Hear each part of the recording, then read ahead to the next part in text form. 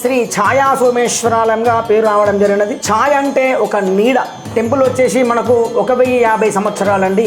కాకతీయుల సామంతులు కుందూరు చోళులు నిర్మాణం చేయడం జరిగినది. బ్రహ్మసూత్రం ఉన్న స్వామి దగ్గర ఒక లైన్స్ ఉంటాయి సార్, గీతలు ఉంటాయి అన్నట్టు. అంటే శివలింగాలు అన్ని చోట్ల ఉంటాయి, కానీ ఆ లైన్స్ అనేది రేర్గా ఉంటాయి. అలాంటి శివలింగాలు దర్శనం చేసుకుంటే మీరు 1,000,000 శివలింగాలు దర్శనం చేసుకున్నట్టు ఆ భాగ్యం అన్నది పొందుతారు అన్నట్టు. మనకు మెటల్ సౌండ్స్ వస్తున్నట్టు అంత స్టోన్స్, ఒక్కొక్క ఫిల్లర్స్ ఒక్కొక్క డిఫరెంట్ సౌండ్స్ వస్తాయి.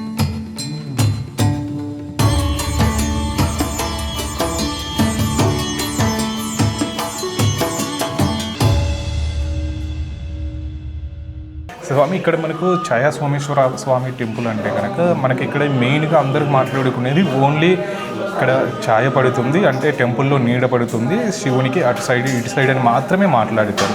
ఇది తప్ప బయటి జనాలకు వచ్చేసి చాలా వరకు ఇక్కడ ఉన్నటువంటి ప్రత్యేకతలు ఏంటి, టెంపుల్ ఎప్పుడు కన్స్ట్రక్షన్ చేసిన విషయాలు చాలా వరకు తెలియదు కదా.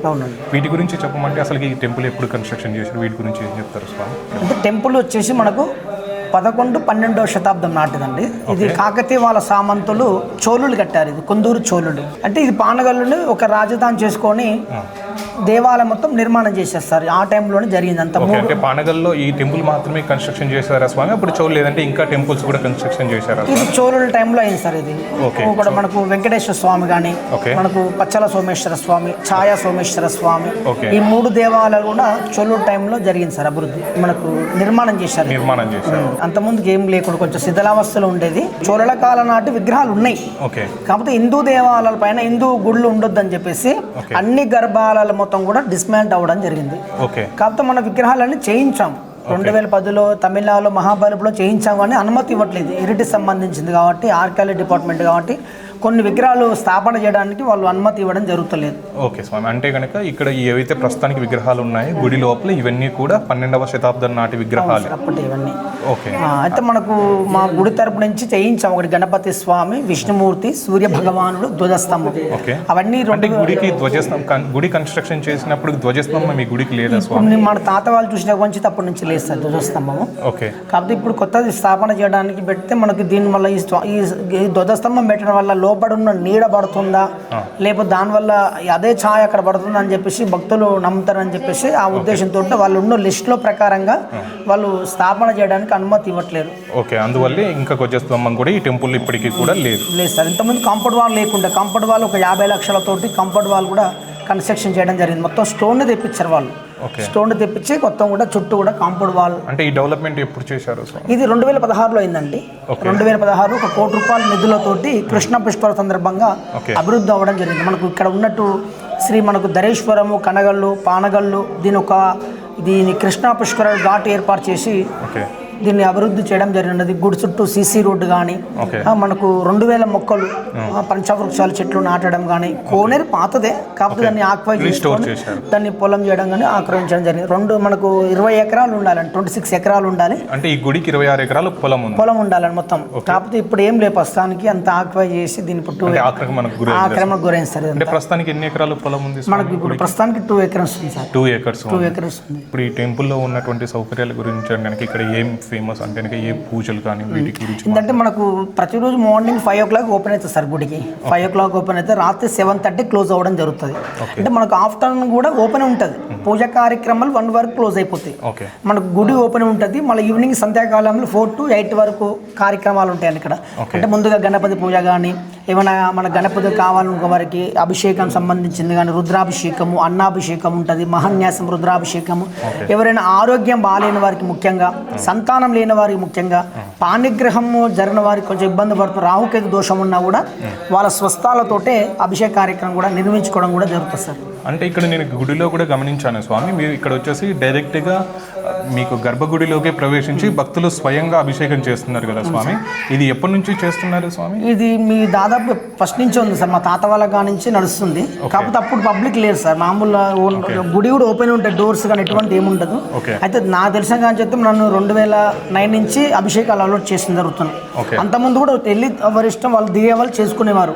ఇప్పుడు దాన్ని ఒక ఎండోమెంట్ ఆధునం తీసుకొని చక్కగా ఒక సిస్టమ్ ప్రకారంగా ఒక సాంప్రదాయ దుస్తులతోటి, అంటే ప్యాంటు మీద కాకుండా లింగు కట్టుకోవడం, షర్ట్ తీయడం, పైన టవల్ వేసుకోవడం, అమ్మ లేడీస్ అయితే మనకు శారీ కట్టుకోవడం, పంజాబ్ డ్రెస్ జుట్టు వేసుకోకూడదు, తల మంచి చుట్టూ చక్కగా వేసుకొని వాళ్ళ సాంప్రదాయ దుస్తులతో అభిషేకం చేస్తే దానికి ఒక చక్కని అనుగ్రహం అనేది పొందుతారు. ఇక్కడ భక్తులు ఎక్కువగా ఏం అభిషేకం కోసం వస్తారు స్వామి? అంటే ఏ కోరిక మీరు ఇక్కడికి ఎక్కువగా వస్తూ ఉంటారు? ఎక్కువ ఏంటంటే మనకు పాణిగ్రహం విషయాల నుంచి ఒకటి వస్తారండి, సంతాన విషయంలో, ప్రతి సంతాన విషయంలో ఎక్కువ రావడం జరుగుతుంది. ఎందుకంటే పక్కనే ఇటు హైవే ఉంది కండి, ఇటు నేషనల్ హైవే, ఇటు అద్దంకి హైవే ఉంది కాబట్టి ఎక్కువ ఈ దారిలో వెళ్ళే వాళ్ళు దీన్ని దర్శించుకోవడం కూడా జరుగుతుంది. ఎందుకంటే మామూలు జనరల్ రుద్రాభిషేకాలు ఎక్కువ జరుగుతాయండి. అండ్ అమావాస్య రోజు కానీ ఏకాదశి, శివుడు జన్మ నక్షత్రం, ఆరుద్ర నక్షత్ర టైంలో అన్నాభిషేకం ఉంటుంది, మహాన్యాసం ఉంటుంది చక్కగా. ఆ టైంలో బ్రహ్మముహూర్తంలో స్టార్ట్ అవుతుంది. ఆ రోజు బ్రహ్మముహూర్తంలో అంటే ప్రతిరోజు ఆ రోజు అని కాకుండా ఆ రోజు స్పెషల్గా జరుగుతాయి. మామూలు జనరల్గా ప్రతిరోజు మనకు మార్నింగ్ 6 o'clock నుంచి ఆఫ్టర్నూన్ 1 వరకు ఆ టైంలో కూడా ప్రతిరోజు అభిషేకాలు కూడా జరుగుతాయి. శివరాత్రికి వచ్చేసి ఇక్కడ సంబరాలు బాగా జరుగుతాయి అనేసి ప్రసిద్ధి కదా స్వామి, దాని గురించి? శివరాత్రి ఫెస్టివల్ అంటే అది చాలా ముఖ్యమైన, శివుడికి ప్రీతికర మహాశివరాత్రి అంటే ఒక 3 days వరకు బ్రహ్మోత్సవాలు ఉంటాయండి ఇక్కడ. చాలా ఘనంగా జరుగుతుంది. చుట్టుపక్కల కాకుండా నెక్స్ట్ చెరిగట్లో ఎలా ఉంటుందో వైభవంగా నడుస్తుందో, దాని తర్వాతకి శ్రీ ఛాయా సోమేశ్వరంగా అంత వైభవంగా జరుగుతుంది. 3 రోజుల పాటు మనకు 3 రోజుల పాటు గణపతి పూజ కానీ, గణపతి హోమం, అట్లా స్టెప్ బై స్టెప్ దానికి ఎన్నో కార్యక్రమాలు ఏంటో అని చక్కగా నిర్వహించుకోవడం జరుగుతుంది. శివరాత్రి రోజు మాత్రం ఆ రోజు 3 గంటలకే ప్రారంభమవుతాయి అభిషేకాలు. మన అదేవిధంగా మహాన్యాస పూర్వక రుద్రాభిషేకం పుట్టమన్నుతోటి అభిషేకం చేసాం. అదేవిధంగా కోలాటలు, భజనలు ఉంటాయి. మనకు సాయంత్రం శివరాత్రి రోజు శివపార్వతి కళ్యాణ మహోత్సవం ఉంటుంది. దాని తర్వాత తలంబ్రాలు, మనకు మనకు ఇది ఎవరైనా బుర్రకథ ఉన్న వారికి బుర్రకథ చెప్పడం కానీ, జాగారం ఉన్నవాళ్ళు ఆ రోజు తెల్లవారు జాగారం ఉంటుంది. మరుసటి రోజు మనకు అగ్నిగుండాలు, తెప్పోత్సవము, ఒక 3 days వరకు అయితే అద్భుతమైన ఇక్కడ కార్యక్రమాలు జరుగుతాయండి, బ్రహ్మోత్సవాలు. అంటే మనకు ఇటు నల్గొండ జిల్లా నుంచి కాకుండా ఇటు పక్కన మండలాలు, గ్రామాలు, ఇట్లా సూర్యాపేట, హైదరాబాదు, ఇటు మహారాష్ట్ర నుంచి చాలామంది వస్తుంటారండి. నల్గొండ ఎవరైనా పెద్దవాళ్ళు వస్తే మాత్రం ఫోటో వస్తే మాత్రం డిఫరెంట్గా ఛాయా సోమేశ్వర స్వామి దర్శించుకుంటారు. ఇప్పుడు మనం అలా చూసుకుంటే శివుని టెంపుల్కి మనకు తెలుగు రాష్ట్రాల నుంచి ఎక్కువగా చూస్తే అరుణాచలం అనేసి చాలా మంది వెళ్తున్నారు. సో ఆ టెంపుల్కి ఈ టెంపుల్కి మధ్య ఉన్న వ్యత్యాసం ఏంటంటే ఏం చెప్తారు స్వామి? అది అరుణాచలం అనేది ప్రవచనాలు చెప్పడం వల్ల ఎక్కువ ప్రసిద్ధి, కానీ చాగంటి కానీ, కోటేశ్వర గారు, గర్గపాటి గారు ఎక్కువ అరుణాచల్ గిరి ప్రదక్షిణ చేసుకోవడం, అలా చెప్పడం వల్ల అది ఎక్కువ ప్రసిద్ధి అయింది. మనకు ఇటు మనకు హైదరాబాద్ నుంచి, నల్గొండ నుంచి ఎక్కువ ప్రత్యేక బస్సులు ఉన్నాయండి ఇక్కడికి అరుణాచలానికి. ఎక్కువ అదిగా పౌర్ణమి రోజు స్పెషల్ అక్కడ గిరి ప్రదక్షిణ చేస్తే అనుగ్రహాన్ని పొంది వాళ్ళకి ఎటువంటి కోరిక కావాలన్నా ఆ కోరిక నెరవేరుస్తుంది గిరి ప్రదక్షిణ చేయడం వల్ల. ఎందుకంటే మనకు కూడా ఇది అరుణాచల్ అట్లా డెవలప్మెంట్ అయిందో ఇది కూడా ఛాయా సోమేశ్వరానికి ఇంకా అభివృద్ధి అవుతే చక్కగా మన దేవాలయం కూడా ప్రతిరోజు ఎటువంటి ఖాళీ ఉండకుండా నిత్యం జనాలతోటి, భక్తులతోటి నిండిపో త్వరలో వస్తే బాగుంటుంది ఇక్కడ. ఇంకా డెవలప్మెంట్ కావాలండి. ఇది వెనుకబడిన దేవాలయం, ఒక 50 సంవత్సరాల వరకు ఫస్ట్లో శిథిలావస్థలో ఉండేది. పూజలు కానీ, గబ్బలాలు అంతా చాలా ఉండేదండి. అంటే గత 50 సంవత్సరాల నుంచే పూజలు స్టార్ట్ అయ్యాయి. మనకు 2001 నుంచే స్టార్ట్ అయింది. మన నందమూరి హరికృష్ణ గారు, తనికెల భరణి, మన హైకోర్టు జడ్జి వాళ్ళు, చాలా మంది పెద్ద వాళ్ళు ఇక్కడికి వచ్చి ఈ ఛాయ్ ఏంటి, హిస్టారిక్ ఎలా పడుతుందని చాలా మంది పరిశోధనలు కూడా చేశారు. కానీ అంతు చిక్కని ఒక రహస్యం ఇది. అది స్పెషాలిటీ ఏంటంటే మొఘల్స్ టైంలో అన్ని విగ్రహాలన్నీ స్థాపన చేయడం జరిగింది. కాకపోతే దీన్ని ఒక టూరిజం తీసుకొని దీన్ని ఒక పర్యాటక కేంద్రం చేసి ఒక రామప్ప టెంపుల్ ఎలా యునెస్కో గుర్తింపు వచ్చిందో దీన్ని కూడా ఒక యునెస్కో గుర్తింపు వస్తే ఇంకొక ప్రపంచవ్యాప్తంగా వెళ్తుందండి శ్రీ ఛాయా సోమేశ్వర స్వామి. చాలా వరకు ఎవరు తెలియదు, ఇంకా ఛాయా సోమేశ్వర ఇక్కడ ఉందని తెలియదు.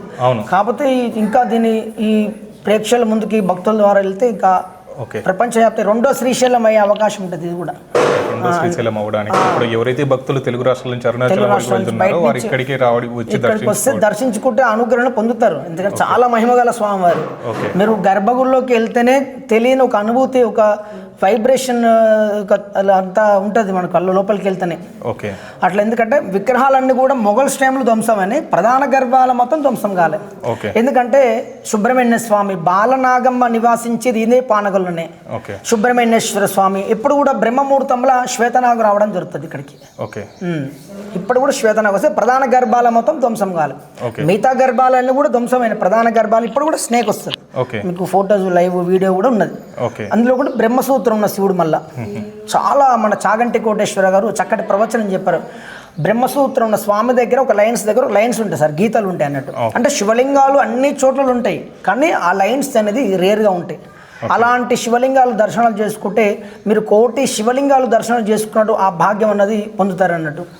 ఈ బ్రహ్మసూత్రాన్ని శివుడికి అభిషేకం చేస్తే సంతానం విషయంలో కానీ, పాణిగ్రహం విషయంలో కానీ, ఆరోగ్యంగా బాలేని వారికి, ఎవరు మానసికంగా ఇంకా ఆరోగ్యం కోలుకోవాలంటే ఇక్కడ బ్రహ్మసూత్రానికి శివుడికి అభిషేకం చేస్తే చాలా అనుగ్రహం అనేది పొందడం జరుగుతుంది. ఇంకా చాలా వరకు సంతాన ఆ భాగ్యం కూడా కలిగింది. ఇప్పుడు కూడా వస్తుంటారు లోకల్ వాళ్ళు.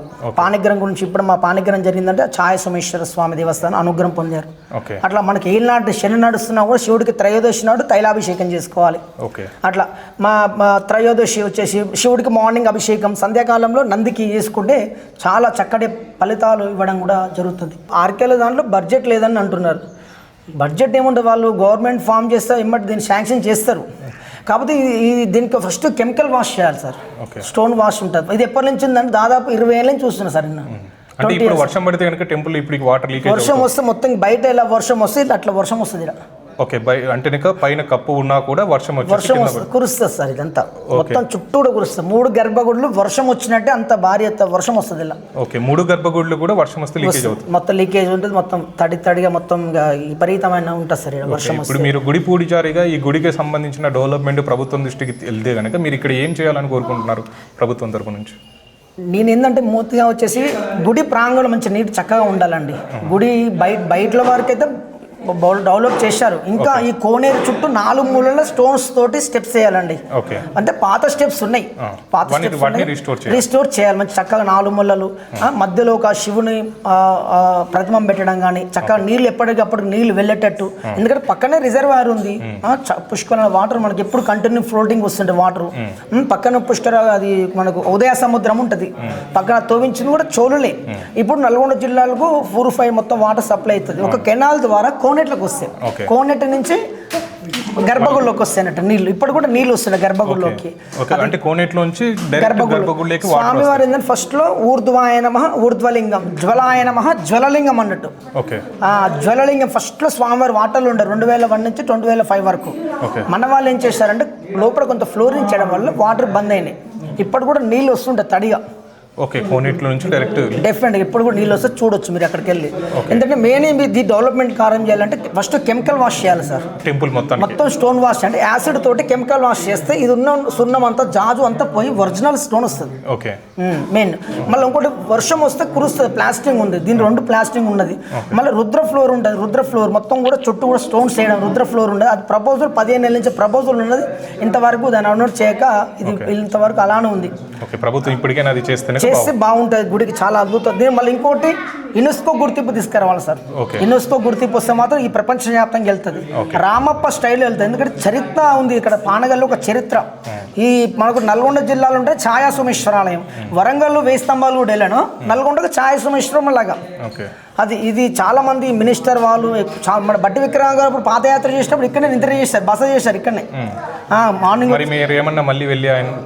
కలవలేదు, దానికి అపార్ట్మెంట్ అన్నారు, తీసుకోవాలంట. ఇది తీసుకోవాలి, అక్కడికి వెళ్ళాం కానీ ఎవరు దగ్గర కానిపెట్టారు. అక్కడికి ఈ దేవాలయానికి నిధుల డ్యూటీ ఏం రావు సార్. ఏమైనా శివరాత్రి ఒకటప్పుడు ఒక 10 లక్షలు చేస్తారు అంతేగాని ఇంకా నిధులు అయితే ఏముండదు ఇక్కడ.